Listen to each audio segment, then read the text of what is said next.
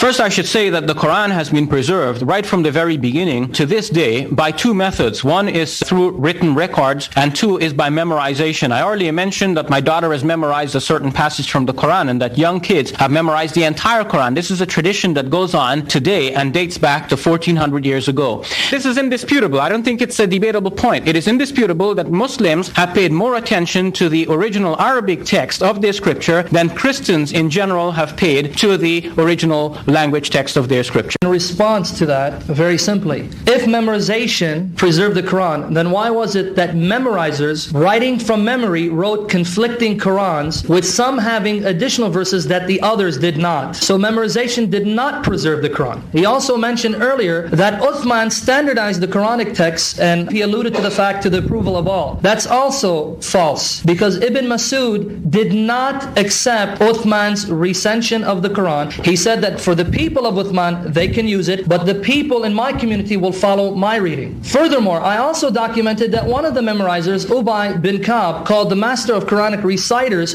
had 2 extra surahs that he claimed was revealed from God. Ibn Abbas agreed. Where are those surahs? Finally, Ibn Masud, who claimed to have memorized over 70 surahs in the presence of the Prophet of Islam without error, claimed that chapter 1 of the Quran and chapter 113 and 114, although revealed, were not to be part of the text itself in recitation, and only had 111 chapters. So if you're talking about memorization, far from it. They couldn't get it right from the beginning.